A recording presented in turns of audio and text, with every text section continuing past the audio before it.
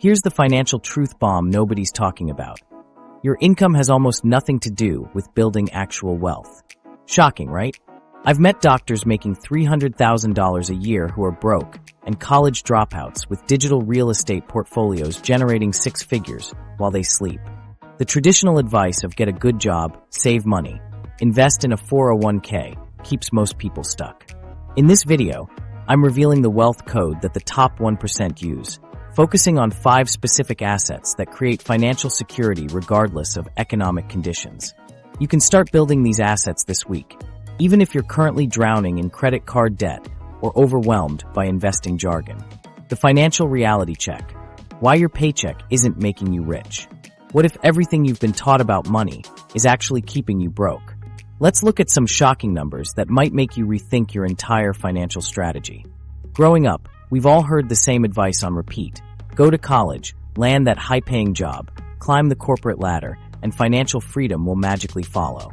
It's practically tattooed into our brains. But here's the uncomfortable truth. That paycheck you've been chasing might be the very thing keeping you trapped in the financial hamster wheel. According to recent surveys, nearly 60% of Americans making over $100,000 a year are still living paycheck to paycheck. 6 figures. And they're still sweating until the next direct deposit hits. The situation is similar among supposedly wealthy professionals.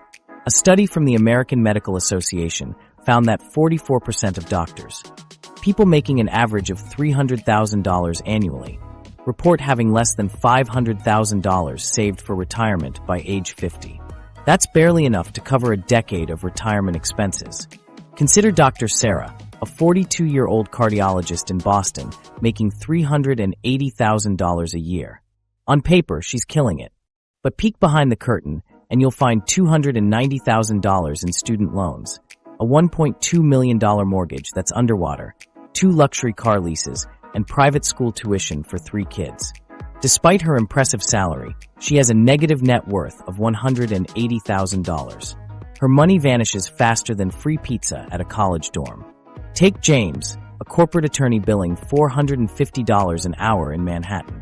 His $220,000 salary sounds awesome until you factor in his $6,500 monthly apartment rent, $3,000 monthly student loan payments, and the lifestyle expectations of his professional circle. Between the fancy dinners, designer suits, and weekend getaways to keep up with colleagues, James saves nothing each month.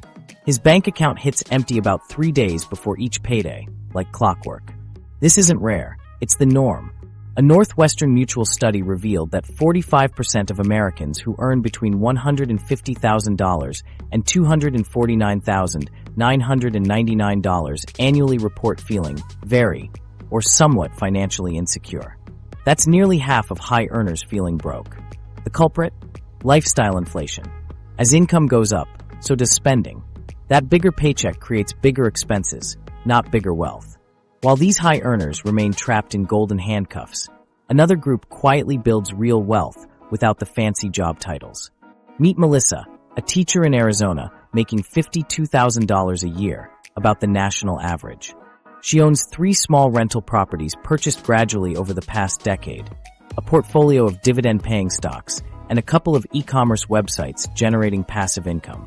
Her net worth just crossed $800,000, and her assets create about $4,000 in monthly income she barely has to work for. While her high-earning friends complain about money stress, Melissa's planning an early retirement at 50. Or Brandon, a postal worker in Michigan earning $49,000 annually.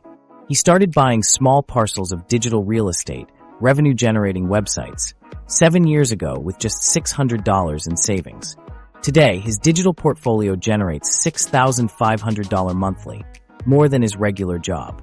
He works because he wants to, not because he has to. The real difference between the broke doctor and the wealthy teacher? It's not income, it's assets. This highlights a fundamental truth that career counselors rarely mention. There's a massive difference between active income and asset-based wealth. Active income is the paycheck you get for trading your precious time. Whether you're flipping burgers or performing brain surgery, if you stop working, the money stops flowing.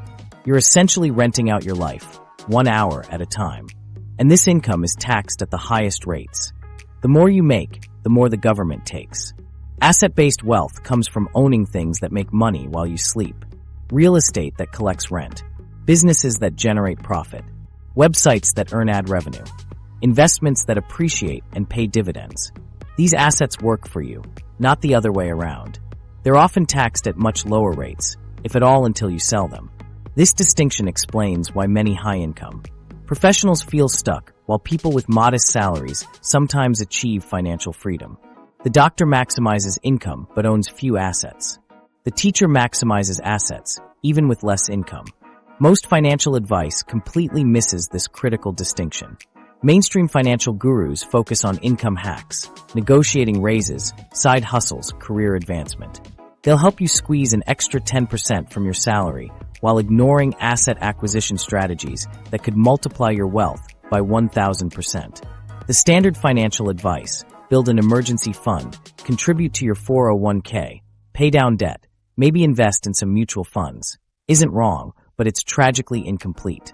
It's like teaching someone to drive by only showing them first gear. You'll move forward, but never reach your potential speed. What's missing is a strategic focus on acquiring assets that generate passive income and appreciate over time. Assets that work when you're not working.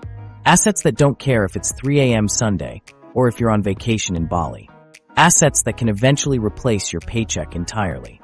This is where the wealth code system enters. A comprehensive approach built around 5 strategic assets, creating financial resilience in any economic environment. These assets are specifically selected to provide both protection against downturns and growth potential during booms. They complement each other, creating a financial ecosystem rather than just a portfolio. At the heart of this system is something revolutionary, creating more first-generation wealth than perhaps any asset class in history: digital real estate. These are online properties generating income 24/7, requiring minimal maintenance, acquired for a fraction of physical real estate costs, often appreciating at rates that make traditional investments look like they're moving in slow motion. Imagine owning virtual property generating $500, $2,000, or even $10,000 monthly with systems so automated you barely need to glance at them. Properties purchased for the equivalent of a decent vacation or a used car. Properties unaffected by physical world concerns like natural disasters, property taxes, or tenant drama. This isn't theoretical. It's happening now, creating a new class of digital landlords who've discovered that pixels can be more profitable than physical properties. People who realize that while others fight over increasingly expensive physical real estate, a virtual real estate frontier remains in its early gold rush phase. The before picture: financial struggles of today's young adults. That shiny digital gold rush we've been talking about? Let's pump the brakes for a second and talk about why so many of us desperately need it in the first place. The financial playbook that worked for our parents' generation is producing some seriously depressing results today. Meet Alex, a 28-year-old marketing manager earning $65,000 a year in Denver. On paper, he's doing everything right: college degree, steady job with benefits, contributing to his 401k. Yet every month, after his student loan payment, rent, car payment, and basic living expenses, he's lucky to have $100 left. Homeownership? Starting a family? Those milestones feel like distant fantasies. Alex's situation is practically the millennial starter pack. A recent Federal Reserve survey found that millennials have 40% less wealth than their parents did at the same age, despite being the most educated generation in history. The math simply isn't adding up anymore. The average millennial with a bachelor's degree carries $38,000 in student loan debt, while median rent has climbed 68% since 2000, far outpacing wage growth. Housing costs in major cities now consume up to 45% of the average young professional's income. The emotional toll is devastating. A 2022 survey by the American Psychological Association found that money worries were the top source of stress for 72% of millennials, ahead of work, health concerns, or family issues. This constant financial anxiety manifests in very real ways: insomnia, relationship strain, and delayed health care. When Alex's tooth started hurting last year, he put off seeing a dentist for 3 months, eventually needing a much more expensive root canal. That's the invisible tax of financial insecurity. Small problems snowball into crises. Traditional financial advice is making things worse. The old save 15% for retirement guideline assumes young adults have that much disposable income to begin with. A Vanguard study revealed the median 401k balance for individuals in their 30s is just $26,000. At a 7% annual return, that money will grow to roughly $280,000 by retirement age, nowhere near enough to support a 25-plus year retirement with inflation. Speaking of inflation, it's crushing the purchasing power of modest savings. While banks offer savings accounts paying 0.5% interest, the real inflation rate for necessities like housing, education, and healthcare consistently exceeds 5% annually. You're losing money by following the save in a high-yield account advice. $1 saved today buys significantly less tomorrow, creating a treadmill effect where you're running faster just to stay in place. The housing market has become brutal. In 1980, the average home cost about 2.5 times the median household income. Today, it's closer to 5 times median income in many markets, and up to 10 times in coastal cities. A survey found that 89% of millennial renters want to buy homes, but 70% are delaying purchases because they can't afford down payments, closing off what was historically the primary vehicle for middle-class wealth creation. Many young adults have internalized the idea that their struggle is due to personal failure rather than systemic issues. This self-blame creates cycles of overwork and burnout. A Harris poll found that 68% of millennials feel behind where they should be financially, creating a constant sense of inadequacy that leads many to avoid thinking about finances altogether. Even for those following conventional wisdom, there's a massive opportunity cost to the slow and steady approach. Traditional financial planning asks you to lock away money for 40-plus years. A 25-year-old investing $500 monthly might have $1.2 million by retirement at 65, equivalent to about $460,000 in today's dollars after inflation, generating maybe $18,000 annually in retirement income. Was 4 decades of sacrifice worth that outcome? Perhaps most alarming is how many young adults have given up on traditional financial success. A 2023 Deloitte survey found that 53% of millennials believe they'll never achieve the financial security their parents enjoyed, regardless of how hard they work. This resignation translates into a why bother mentality. When constantly worried about making rent, you don't have the mental bandwidth to explore alternative wealth-building strategies. But what if traditional financial advice is outdated? What if waiting decades for compound interest to work isn't the only path? Digital real estate functions as a modern-day gold mine, potentially generating 30%, 50%, even 100% returns within much shorter timeframes than traditional investments. Unlike physical real estate with massive down payments, you can start with just a few $100s. Take Mia, a 31-year-old elementary school teacher who bought a small recipe website for $1,800 last year. She hired a part-time virtual assistant to manage content updates, and the site now generates $730 monthly in passive income from advertising and affiliate sales.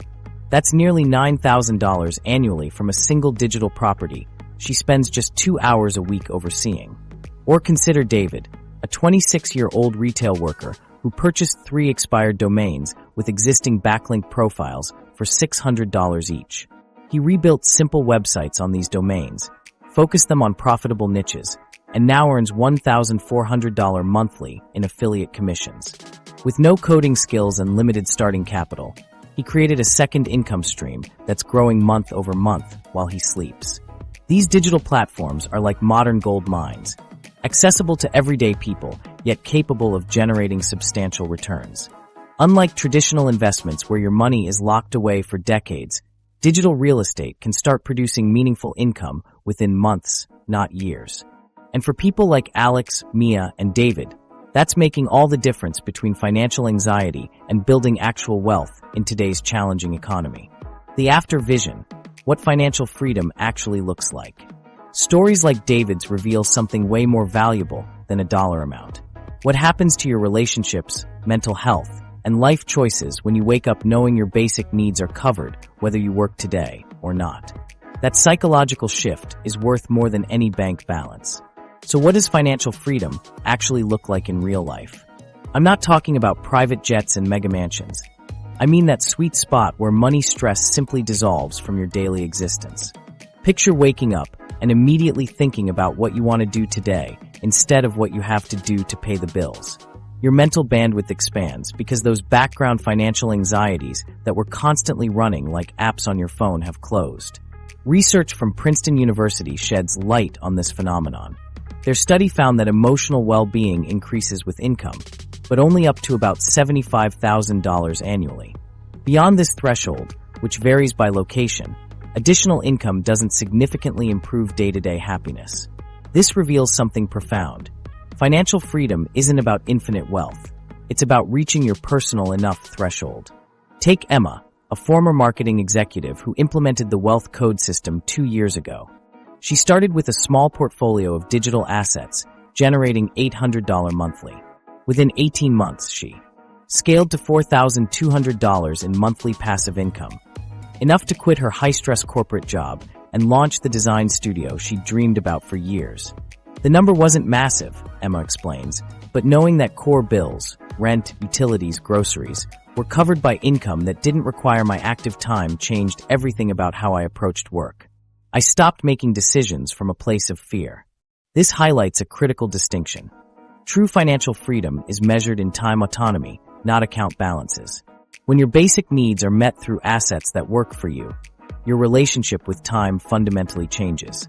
You shift from selling your hours to owning them.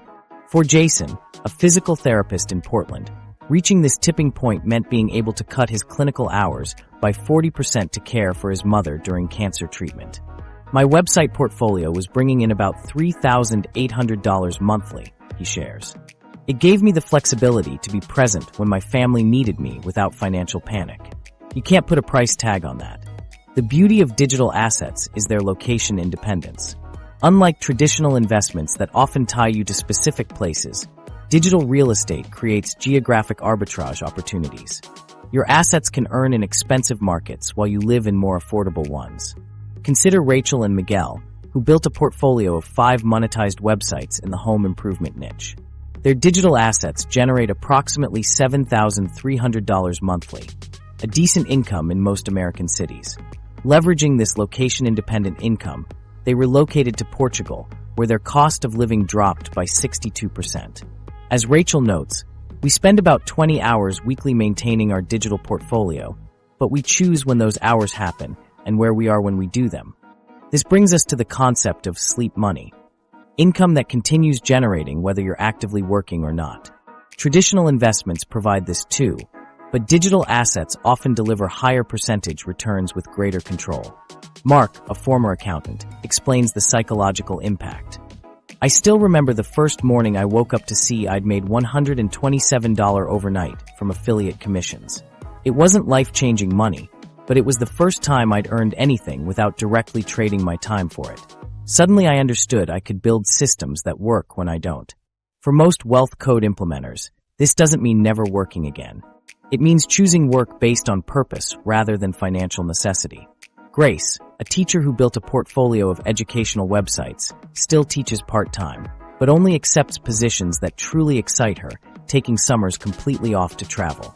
My digital assets cover about 70% of my annual expenses, she explains. That's my freedom number.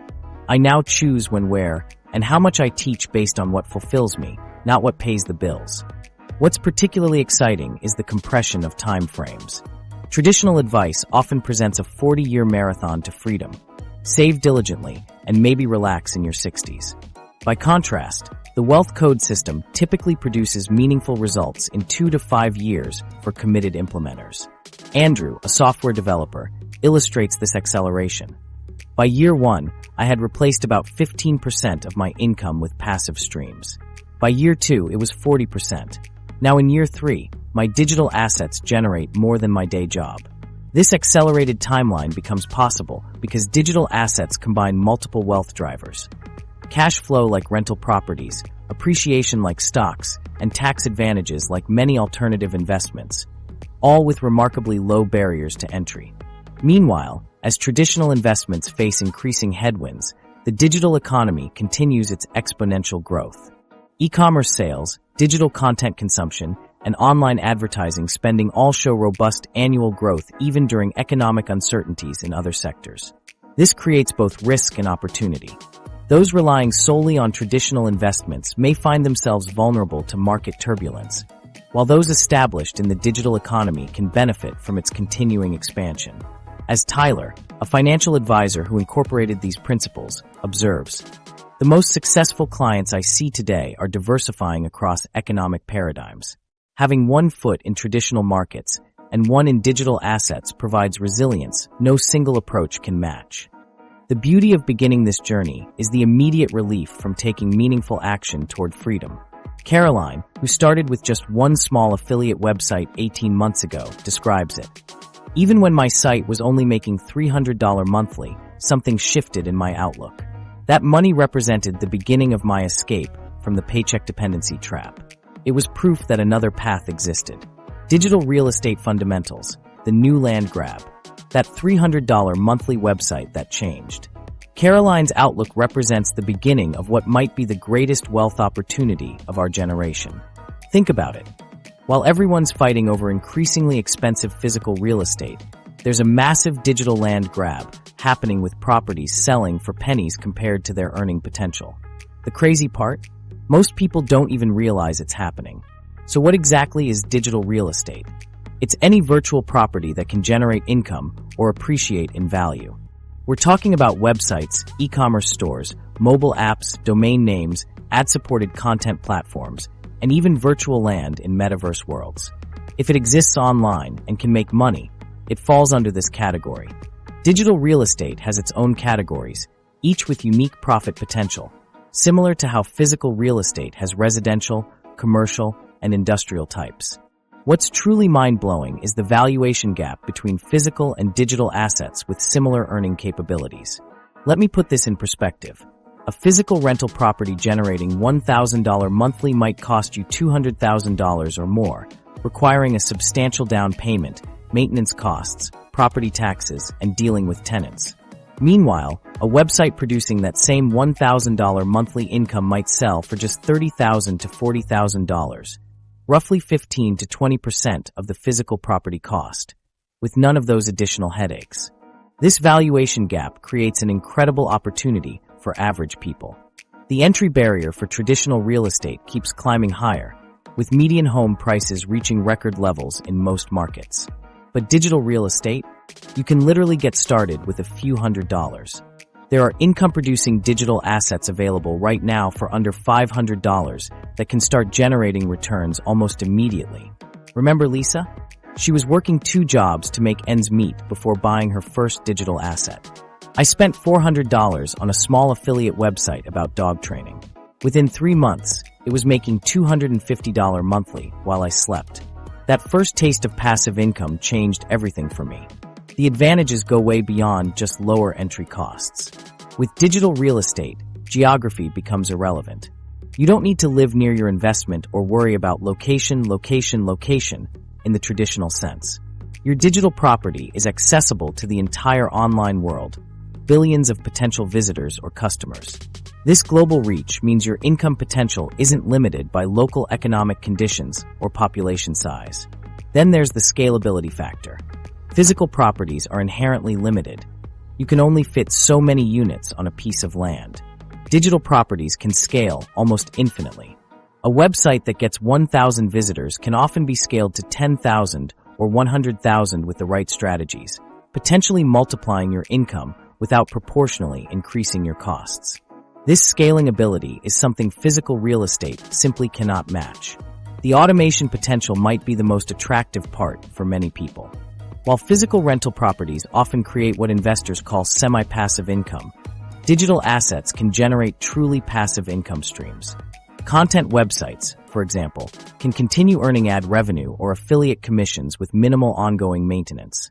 Many digital property owners report spending just 2 to 5 hours monthly managing assets that generate thousands in income. Content websites are probably the most accessible entry point. These are sites that provide valuable information on specific topics and monetize through ads, affiliate links, or digital products. They typically sell for 30 to 36 times their monthly profit. That means a site earning $500 monthly might cost around $15,000 to $18,000. Want to start exploring? Search websites for sale, and set filters for your budget and interests. Start small, learn the analytics, then scale up. E-commerce stores represent another major category. These digital properties sell physical or digital products directly to consumers. They typically command higher multiples than content sites, often 3-4x annual profit, because they include inventory systems and established supplier relationships. A store generating $3,000 monthly might sell for $108,000 to $144,000. Still far less than a physical retail location with similar income. Your first step? Find a niche you understand and look for stores with proven sales, but room for marketing improvements. SaaS, software as a service. Businesses sit at the premium end of digital real estate. These subscription-based software platforms can command 5-10x annual revenue due to their predictable income and high customer retention rates. While they usually have higher entry costs, they also offer some of the best long-term appreciation potential. Domain names represent a unique subset of digital real estate, virtual land that appreciates based on demand rather than cash flow. Premium domains with commercial potential regularly sell for 5 and 6 figures. For example, carinsurance.com sold for $49.7 million, hotels.com for $11 million, and voice.com for $30 million in recent years. Cash flow percentages tell an even more compelling story. A typical rental property might generate a 5 to 8% cash-on-cash return annually. Meanwhile, digital real estate frequently produces 25 to 40% annual returns on investment, with some assets returning 100% or more of their purchase price within the first year. This cash flow efficiency makes digital assets incredibly powerful for building wealth rapidly. Jasmine purchased a personal finance blog for $4,800 that now generates $1,200 monthly, a 300% annual return on her investment. Michael bought 3 small affiliate websites for a total of $7,500 and now earns over $2,500 monthly from those same assets after making simple improvements. So what's the $500 starter strategy helping beginners build digital wealth? It centers around aged domains, website addresses that were previously developed but have been abandoned, while still retaining valuable SEO characteristics. These domains often come with existing traffic and can be purchased for $300 to $500, then quickly monetized with relevant content and affiliate offers. What would your life look like if you had an extra $500, $1,000, or even $5,000 coming in monthly without trading hours for dollars? What's stopping you from claiming your piece of your first digital property, the step-by-step acquisition guide? Remember that $500 starter strategy we just covered? Here's the uncomfortable truth. About 80% of first-time digital property buyers lose money because they skip one critical step in the evaluation process. This 5-minute check could literally be the difference between a digital money pit and your first passive income stream. I'll show you exactly how to spot the diamonds in the rough without getting burned. Finding undervalued websites with existing traffic works like being a digital real estate agent searching for that perfect fixer-upper that's still bringing in tenants. Unlike physical real estate requiring hefty down payments, you can start building your digital portfolio with just a few $100s. 3 main marketplaces exist where beginners typically make their first purchases. Flippa is the largest marketplace with thousands of listings, though newbies often get burned without proper due diligence. Think of it as the Wild West. Amazing deals exist alongside plenty of duds. Empire Flippers caters to serious investors with higher-priced listings, usually starting around $20,000, but their verification process is much more thorough. The premium real estate agency of digital properties. Acquire.com, formerly MicroAcquire, focuses on small SaaS businesses with higher quality listings but higher price points. For absolute beginners, consider buying directly from website owners ready to move on. Many people create sites, get them earning, then abandon them because of new projects or life changes. Facebook groups like Flipping Websites or Website Investors can connect you with sellers before they list publicly. Due diligence trips up most newbies who get excited about income claims without verifying details. Here's the 5-point inspection every digital property needs before purchase. First, traffic validation. Always get actual Google Analytics access or Search Console data. Screenshots can be faked quickly. Request view-only access and look for consistent traffic patterns over at least 6 months. Traffic spikes right before sale indicate a potential scam using artificial traffic. Second, revenue verification. For sites with display ads, request login access to platforms like AdSense or Mediavine. For affiliate sites, ask for affiliate dashboard access showing consistent earnings. Watch the traffic-to-revenue ratio.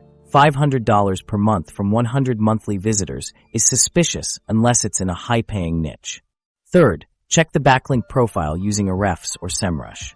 Spammy backlinks from low-quality sites can trigger Google penalties.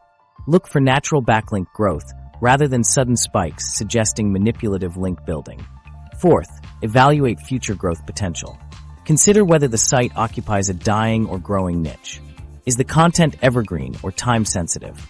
Technology sites may require constant updating, while personal finance or health sites contain information that stays relevant longer. Fifth, analyze the competition. Sites ranking for terms targeted by massive companies may quickly lose traffic. Tools like SEMrush show who else ranks for the same keywords and how difficult maintaining or improving those rankings might be. Consider Tom's story.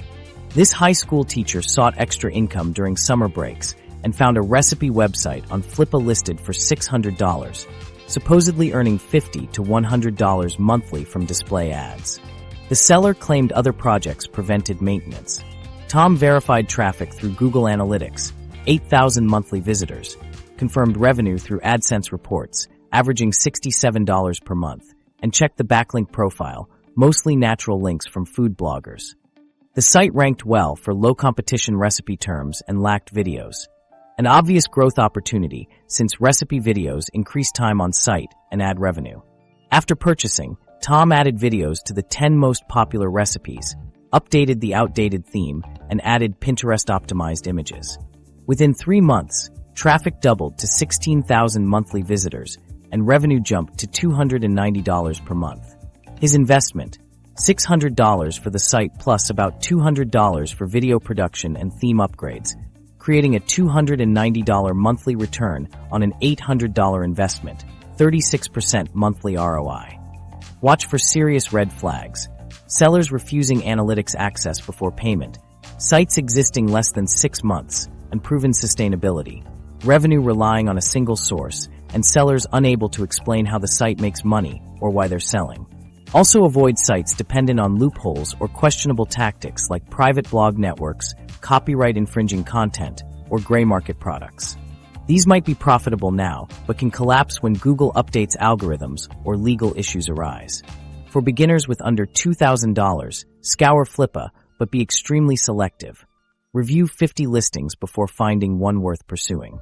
With $20,000 plus, Empire Flippers becomes worthwhile for there. Verification process. Motion Invest specializes in smaller content sites, $1,000 to $10,000, with basic verification. Approach Cedo and GoDaddy auctions for domain names with caution, along with general marketplaces like Fiverr where verification systems are lacking. When negotiating, start below asking price without insulting sellers. Request an earnout structure with partial upfront payment and the rest after confirming performance for 2 to 3 months. This protects against sudden traffic drops after purchase.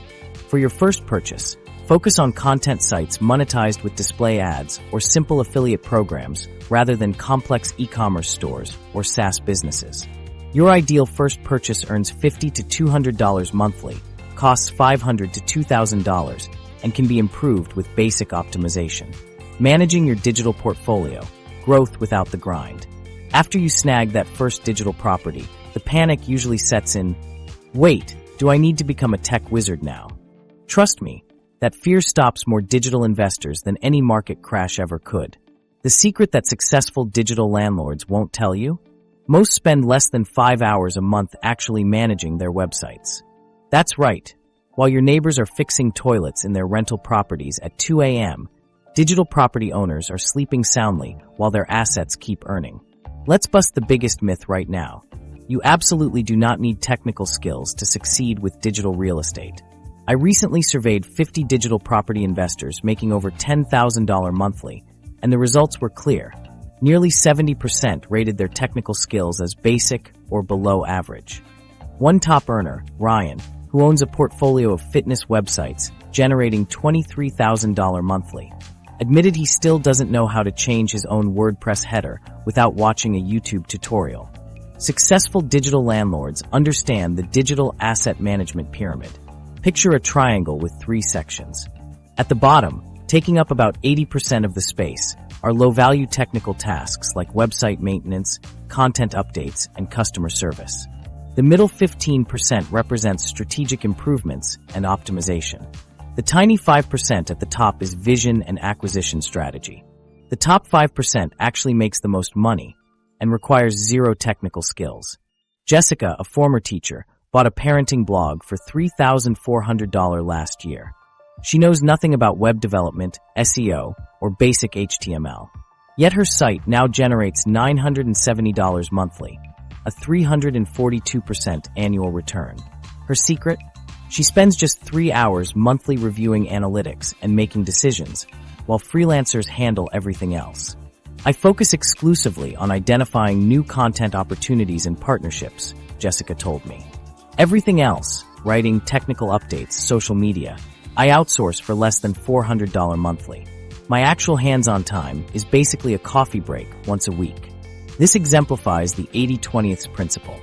In digital asset management, roughly 80% of your results come from 20% of your efforts. The key is identifying which activities move the needle. For most content websites, 3 high-value activities make the difference: strategic content planning, monetization optimization, and user experience improvements. Everything else can be delegated or automated. In the digital real estate world, maintenance-free means selecting digital assets designed to minimize ongoing work. Authority content sites in evergreen niches like home improvement, personal finance, or health require minimal updating. Articles about how to install drywall or basics of retirement planning won't need significant changes for years. When evaluating potential acquisitions, ask, how much of this content will still be relevant in 3 to 5 years? The higher that percentage, the less maintenance required. Marcus built a portfolio of automotive repair websites, generating $7,800 monthly. I specifically chose technical topics with long shelf lives, he explained. Basic car repair techniques haven't changed much in decades. I update maybe 10% of my content annually, and traffic stays consistent. Even with low-maintenance sites, some work is inevitable. Fortunately, digital assets allow easy delegation at a fraction of physical world costs. Here's a typical delegation framework. For content creation, platforms like Upwork, Fiverr, and Content Refined connect you with writers starting at just 3 to 8 cents per word. A 1,000-word article that might earn $50 to $100 monthly in ad revenue for years could cost just $50 to $80 once. For technical maintenance, services like WP Tangerine or GoWP offer monthly maintenance packages starting around $49 to $99 monthly, handling all updates, security, backups, and basic fixes. For monetization optimization, specialists on platforms like AdThrive or Ezoic can dramatically increase your earnings without you understanding code. Many site owners report 50 to 80% revenue increases after switching to premium ad management. Andrea, who owns home decor sites, explained her system. I have a VA in the Philippines who handles customer emails and basic updates for $7 an hour, about 10 hours weekly. My technical maintenance is on a $79 monthly plan. Content comes from 2 freelance writers who deliver 4 articles monthly.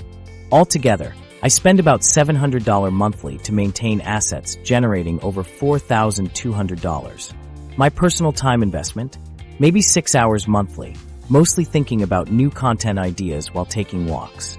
Websites can be programmed to handle repetitive tasks automatically. Content scheduling, social media posting, email newsletters, and basic reporting can all be automated using tools like Zapier, IFT, or WordPress plugins. Kevin, who owns recipe sites, has automated his content publication schedule. New recipes go live every Monday, Wednesday, and Friday at 9 a.m. Social posts automatically share them across platforms. My newsletter automatically sends a weekly digest. I manually check analytics on Fridays to see what's performing well. Services like Ezoic or Mediavine automatically deposit earnings into your account with detailed reports. For affiliate income, Platforms like GeniusLink or Affiliate can consolidate reporting across programs. Combined with accounting software like QuickBooks, you create a completely automated financial reporting system. A typical rental property generating $500 monthly profit might require 5 to 10 hours monthly of management, $50-100 per hour of your time. A digital asset generating the same $500 monthly but requiring only 1 to 2 hours delivers $250 to $500 per hour. As your portfolio grows, this time leverage compounds dramatically. What could you realistically make in your first year? Starting with a $2,000 to $5,000 investment, expect 3 to 6 months of learning and optimization with modest returns, perhaps $100 to $300 monthly. By months 6 to 12, most investors following proven systems see monthly income climb to $300 to $800 from that first asset. The real magic happens with reinvestment. Using profits to acquire a second site around month 6 to 8 creates compound growth. By the 1-year mark, a committed digital real estate investor typically owns 2 to 3 properties, generating combined monthly income of $800 to $1,500, approximately $9,600 to $18,000 annually from an initial investment under $10,000. After the initial learning curve, most digital property owners spend just 5 to 10 hours monthly managing their entire portfolio. That's less time than most people spend watching Netflix in a week. Avoiding the digital quicksand, common mistakes, and how to sidestep them. Those 5 to 10 monthly management hours might sound like a dream compared to traditional investments, but here's the uncomfortable truth. Roughly 63% of first-time digital property investors never make it past their first year. The online landscape is literally a graveyard of abandoned websites that should have been cash-flowing assets. I've personally watched brilliant people with perfect-looking digital properties completely crash and burn their investments, losing thousands in the process. Let me tell you about Derek, who seemed to do everything right. He had $15,000 saved up and found a fitness equipment review site generating $800 monthly. The math looked amazing. He'd recover his investment in under 2 years. Fast forward 6 months, and his income had dropped to just $120 per month. What happened? Google's product review algorithm update completely decimated his traffic overnight. Derek had bought a site vulnerable to a single point of failure without realizing it. Then there's Alicia, who spotted what looked like the deal of the century. A fashion blog with 100,000 monthly visitors for just $3,000. She was ecstatic until she discovered why it was so cheap. 95% of that traffic came from Pinterest, and the previous owner had been using questionable tactics that got the site banned from the platform just weeks after her purchase. Her traffic plummeted to less than 5,000 visitors, and her income went from hundreds to basically zero. These aren't isolated incidents. I've documented over 200 cases of digital property investments gone wrong, and they almost always fall into 3 predictable categories of mistakes. The good news: each one is completely avoidable if you know what to look for. The first deadly mistake is overpaying based on inflated metrics. Remember that site valuation formula I mentioned? The 30-36x monthly profit multiple? That only works if the reported numbers are legitimate and sustainable. About 40% of digital property failures happen because buyers don't verify traffic and revenue sources independently. They take screenshots from the seller at face value without requesting actual access to analytics and income accounts. Jake thought he was getting a steal on a home improvement blog, generating $600 monthly from Amazon affiliate commissions. What the seller didn't mention was that 80% of that income came during a 2-month promotional period that had just ended. The site's actual baseline income was closer to $120 per month, making Jake's purchase price nearly 5 times what it should have been. The solution: always insist on live screen sharing sessions where the seller logs into their analytics, ad platforms, and payment processors in real time. Watch traffic patterns over 6 to 12 months, not just recent spikes.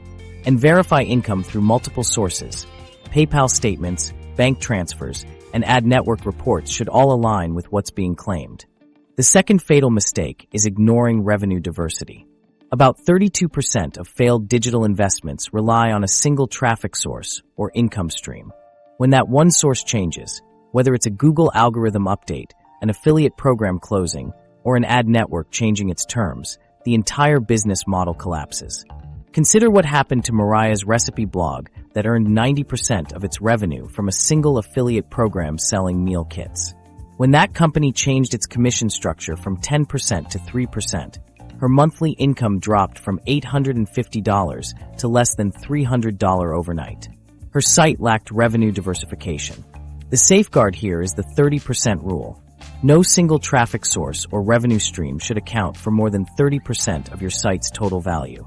Look for properties with multiple income channels, display ads, affiliate offers, digital products, and sponsored content. Similarly, traffic should come from various sources like search engines, social media, email lists, and direct visits. This creates a natural safety net when any single channel undergoes changes.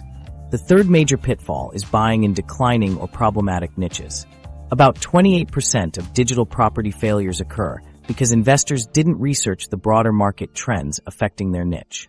Some topics face increasing competition, regulatory challenges, or simply declining consumer interest. Luis invested $12,000 in a vaping product review website without realizing new FDA regulations were about to severely restrict what products could be advertised online. Within months, his affiliate programs started shutting down, and ad networks began excluding vaping-related content. His investment essentially became worthless despite having excellent traffic and engagement metrics. Before purchasing any digital property, run the niche through trend analysis tools like Google Trends, analyze search volume patterns over 2 to 3 years, and research regulatory changes that might impact the space. Some niches that look profitable in the past face increasing restrictions that limit monetization options.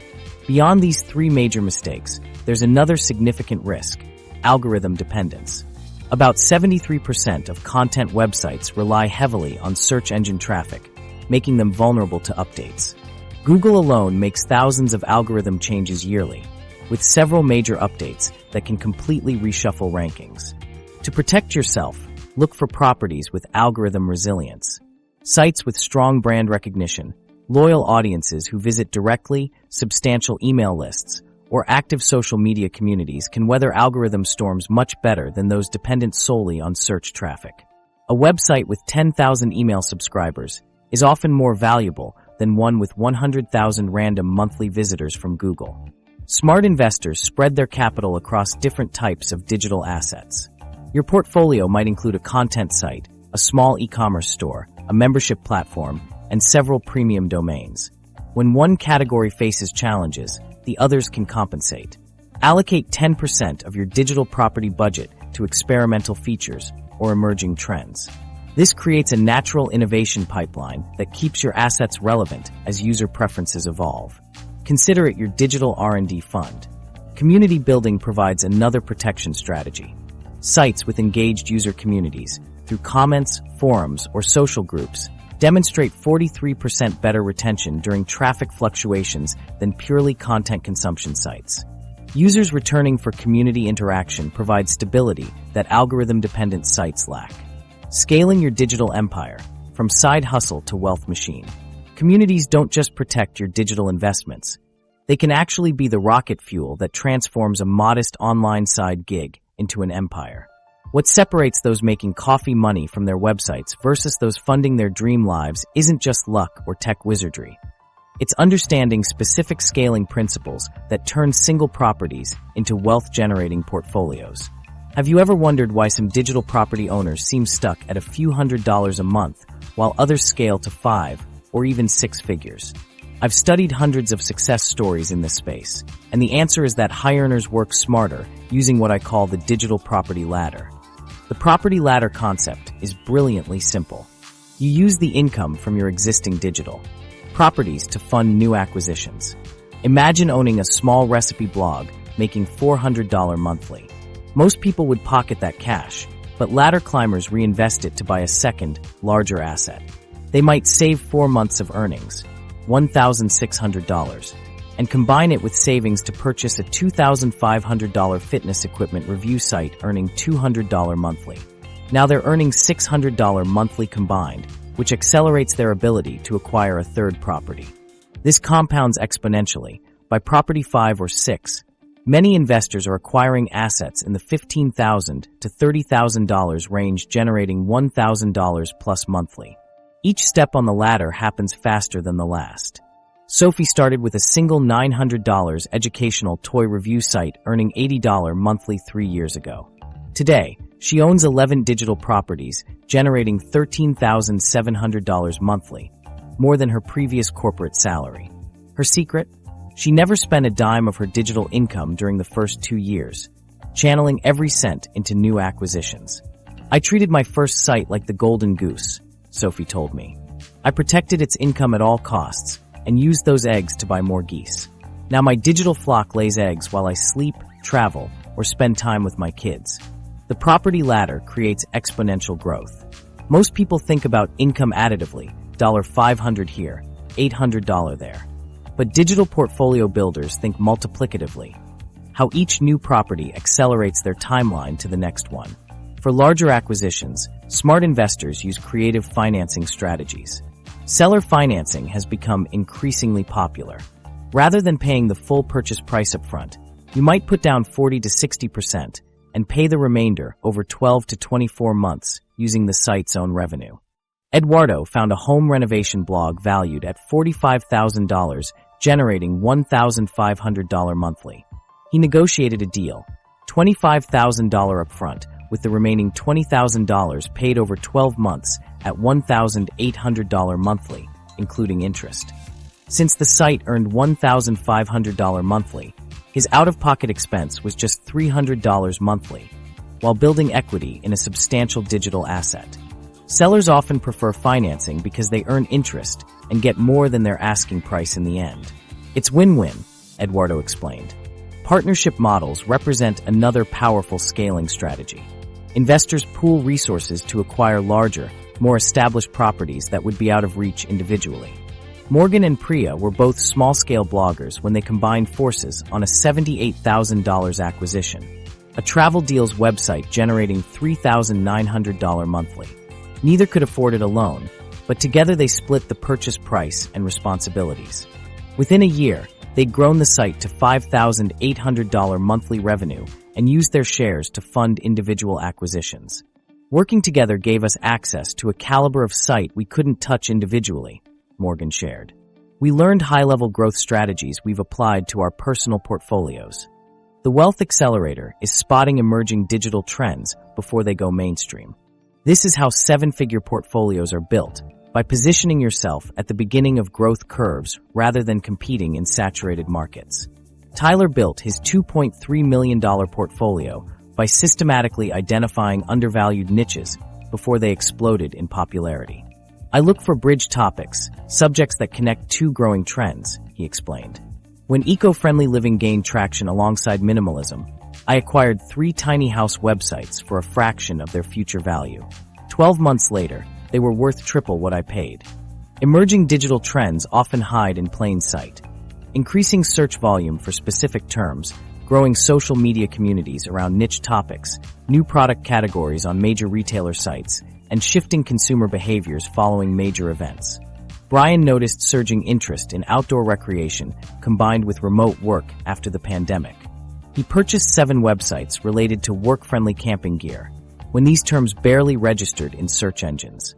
Today, his portfolio generates over $42,000 monthly and receives regular acquisition offers from outdoor brands. While spotting trends is crucial, equally important is the reinvestment flywheel, the systematic process of channeling profits back into your digital portfolio. Successful scalers typically follow the 80-20 reinvestment rule. 80% of digital income goes toward acquiring new assets or growing existing ones, while only 20% can be spent on lifestyle. Jamie adopted this approach 3 years ago. I was making about $600 monthly from 2 small sites and was tempted to use it for car payments. Instead, I committed to the 80-20 rule. Now my portfolio generates $27,000 monthly, and that 20% amounts to more than my previous full-time salary. The reinvestment flywheel works because of compounding. Each new property increases your acquisition capacity, accelerating your timeline to the next purchase. This creates the hockey stick growth curve seen in successful digital portfolios. Traditional investors have noticed this approach. While the average stock market return hovers around 7 to 10% annually, strategically acquired digital assets regularly deliver 30 to 100% annual returns, often with less volatility. The most compelling aspect is accessibility. Unlike building a traditional real estate empire requiring millions and decades, digital portfolio building can start with a few $1,000s and reach significant income within 3 to 5 years. Rebecca, a former teacher, began with just $2,800 3 years ago. Her portfolio now includes 9 properties, generating $16,500 monthly. The key was patience in the beginning, she emphasized. I didn't touch the complete wealth code, how digital real estate works with other strategic assets. Karthik's flexibility shows just how powerful digital real estate can be. But here's something most digital property enthusiasts don't want to admit. Relying on just one type of asset is like building a table with one leg. It might stand for a while, but eventually, it's going to wobble and fall when the market shifts. That's why the truly wealthy are strategic asset collectors following a blueprint that keeps them wealthy regardless of what economic hurricanes come their way. Let's be real, digital real estate is amazing, but it represents one piece of the bigger wealth puzzle. I've analyzed the portfolios of over 300 financially independent individuals, and guess what? Almost none of them built their entire fortune on just one asset class. The ones who truly sleep well at night have diversified across what I call the wealth code, a 5-asset system designed to create bulletproof financial security. Digital real estate alone has significant vulnerabilities. When Facebook changed its algorithm in 2018, thousands of digital property owners saw their traffic and income drop by 50% overnight. The 2023 Google Core Update wiped out entire categories of content sites. Despite the success stories we've shared, concentrating entirely in the digital basket creates unnecessary risk. That's where the complete wealth code system comes in. Beyond digital real estate, there are 4 other strategic assets that work together to create truly unshakable wealth. These assets function like financial superheroes, each with its own special power that activates exactly when you need it most. The second asset in the wealth code is fractional ownership investments. Platforms like Fundrise let you own slices of apartment buildings starting with just $10. Companies like Masterworks allow you to own pieces of million-dollar paintings affordably. These assets typically move differently than digital properties, providing stability when tech sectors get shaky. Maya built a $9,000 monthly portfolio of digital assets, but then diversified 30% of her profits into fractional commercial real estate. When Google's algorithm hammered her health websites in 2022, her real estate income remained rock solid, providing crucial cash flow while she rebuilt her digital empire. This strategic asset allocation protected her financial foundation. The third wealth code asset is algorithmic trading funds. These are passive income systems that use AI and algorithms to generate consistent returns. Modern algo trading platforms like Composer let regular folks access sophisticated trading strategies that were once available only to hedge funds. Carlos, a software developer with a $7,500 monthly digital portfolio, allocates about 25% of his profits to algo trading systems. His algorithmic income increased during the 2022 tech downturn, counterbalancing his temporarily decreased website revenue. Algorithmic trading can be designed to perform well in both bull and bear markets, making it a complementary asset to digital properties. The fourth piece is knowledge economy investments, digital courses, membership sites, and intellectual property. While similar to digital real estate, they have a crucial difference. They're typically creator-controlled rather than platform-dependent, making them less vulnerable to algorithm changes or platform policies. Vanessa built 3 profitable affiliate websites, but got completely wiped out by an Amazon commission change. Her saving grace was a small photography course generating $1,200 monthly. She pivoted to expanding her course offerings, and within 18 months was earning more from her knowledge assets than from her affiliate sites, with greater stability and control. The fifth wealth code asset is sustainable impact investments. This includes renewable energy projects, ESG-focused companies, and climate tech startups. These investments are positioned to benefit from the global shift toward sustainability. Many offer tax advantages that digital assets don't, while providing steady cash flow. Patrick, who built a $22,000 monthly digital portfolio, allocates about 20% of his profits to community solar projects yielding 8 to 12% annually with significant tax benefits. These investments remained unaffected during digital disruptions, providing critical stability to his overall portfolio. These 5 assets create a financial ecosystem where each asset class fuels the growth of the others. Digital real estate generates cash flow that funds fractional investments. Those investments provide stability that allows smart risks with algorithmic trading. The trading profits fund knowledge economy creations. For beginners, I recommend the 50-20-15-10-5 approach. 50% in digital assets, 20% in fractional ownership, 15% in algorithmic trading, 10% in knowledge economy investments, and 5% in sustainable impact projects. As your portfolio matures, you'll likely shift toward a more balanced 30-25-20-15-10 distribution. The exact percentages should reflect your personal risk tolerance and goals, but diversification across uncorrelated asset classes creates true wealth security. Sophie started with a single pet supply affiliate site. In year 1, she reinvested 100% of profits back into digital assets. By year 2, she began allocating 30% of new profits to fractional real estate. By year 3, she had integrated all 5 asset classes. When an FTC ruling crushed her affiliate commissions, her portfolio barely flinched because only about 35% of her income came from digital real estate. The system requires gradual implementation. Start with one digital asset and master it. Once it's generating consistent income, allocate a percentage to your second asset class. As that performs, add the third, and so on. This system works with minimal starting capital. Even $500 to $1,000 is enough to begin with your first digital property. As that asset generates income, you'll have cash flow to diversify without needing additional savings from your day job. Your wealth snowball grows with each rotation through the system. The wealth code performs differently during various economic conditions. When inflation spikes, digital real estate and sustainable investments typically shine. During recessions, algorithmic strategies designed for bear markets can thrive, while knowledge economy assets often see increased demand as people seek to upgrade skills. In stable periods, fractional ownership provides steady appreciation and cash flow. Your wealth journey, from day 1 to financial freedom. The wealth code performs brilliantly during economic chaos, but here's the million-dollar question. How do you actually get started when you're staring at a blank financial canvas? While most gurus hand you a complicated blueprint and disappear, I'm about to give you something much more valuable. Your exact roadmap for the next 90 days, broken down into bite-sized actions, so simple you could start implementing them during your lunch break today.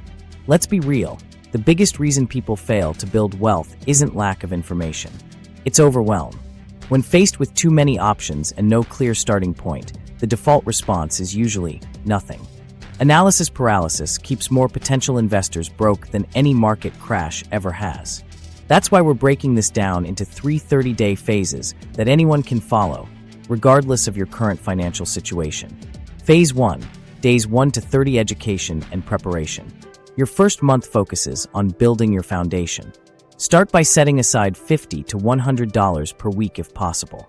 While your savings grow, dedicate 30 minutes daily to learning the fundamentals. Begin with the Digital Property Starter Guide, link in description, which covers valuation and due diligence basics. By day 7, join 2 digital asset communities. The Digital Real Estate Investors group on Facebook and the Wealth Code Discord server are both free and filled with beginners and experts sharing their journeys. By day 14, start browsing listings on beginner-friendly platforms to observe. Don't buy yet. Practice evaluating 2 to 3 listings per day using the profit framework. Purpose: what need does the site fulfill? Revenue: is income verified? Outlook: is the niche growing? Flexibility: can it be improved easily? Independence: does it rely on a single traffic source? And time: how many hours of management does it require? Screenshot interesting listings and post them in communities for feedback. During weeks 3 to 4, identify your niche focus by answering 3 questions. What topics do you find interesting? Which niches show consistent search traffic growth? Which markets have reasonable entry points under $1,500? The intersection of these factors is your sweet spot. By day 30, You should have saved $200 to $400 and narrowed your focus to 2 to 3 specific niches like indoor gardening resources, home workout equipment reviews, or budget travel guides for families. Phase 2, days 31 to 60 first acquisition and setup. This is where things get exciting. By week 5, you should be ready for your first move.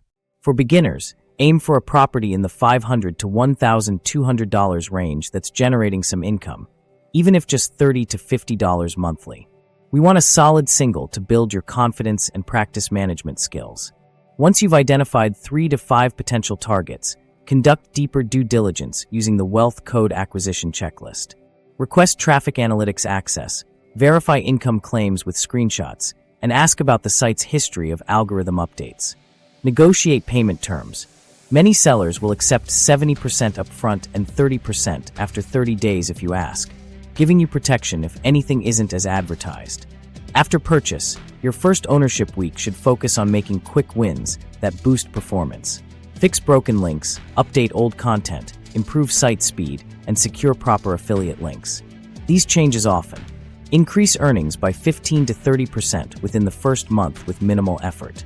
Document everything during this process. Your mistakes and victories will be invaluable for future purchases. By day 60, you should have your first digital property generating income and established basic management systems. Set up a tracking spreadsheet showing daily traffic, revenue sources, and site changes. This data will guide future optimizations. Phase 3, days 61 to 90 optimization and expansion planning. With performance data from your property, you can make informed optimization decisions. Focus on high-impact activities, which content performs best, which monetization methods generate the most revenue per visitor. Double down on what's working by creating similar content or expanding those revenue streams. Implement the 80-20 reinvestment strategy. Allocate 80% of your digital income towards saving for your next acquisition. With your first site performing well and generating data, you'll be stronger positioned to evaluate your second purchase. By day 90, you should have your first property optimized, be saving toward your second acquisition, and have a clear 6-month expansion path. This is when you begin implementing the full wealth code system by allocating 20% of your digital income to exploring another asset class. For beginners, fractional real estate through platforms like Fundrise, minimum $10 investment, or Ground Floor, minimum $100, provides an excellent complement to digital assets. Regarding realistic expectations, if you begin with $500 to $1,000, expect to acquire a simple content site generating $40 to $80 monthly by day 60. With optimization, this typically grows to $60 to $120 monthly by day 90. If starting with $2,000 to $5,000, you can target properties already generating $150 to $250 monthly, which often scales to $250 to $400 monthly after optimization. The key metric is the return on investment and growth trajectory. A $60 per month site purchased for $700 generates a 103% annual return, outpacing traditional investments while teaching skills that compound with each acquisition. For ongoing education beyond this 90-day plan, I recommend 3 resources: the Digital Investor Podcast for weekly case studies, Digital Worth Academy for tutorials, and quarterly Wealth Code virtual conferences for networking. Track progress using the Wealth Milestone Framework. First dollar day, earning your first passive dollar. Lunch money, portfolio covers a daily lunch. Bill freedom, 1 monthly bill covered. Weekend warrior, weekend expenses covered. And freedom day, essential expenses fully covered. By month 6, most committed practitioners own 2 to 3 digital properties generating $400 to $800 monthly. By year 1, a portfolio of 4 to 5 properties typically produces $1,000 to $2,500 monthly with only 5 to 10 hours of management time. Your first taste of genuine financial flexibility. So here we are at the finish line. And honestly, the biggest wealth secret I've discovered is about acquiring digital real estate, diversifying across those 5 key assets, and the person you become along the way. Someone who thinks differently about money, opportunity, and what's possible in your life. Here's my challenge. This week, set aside just $100 and 2 hours to research your first potential digital property. Use those resources I've linked below. That's it. Just take that tiny first step. Because the truth is simple.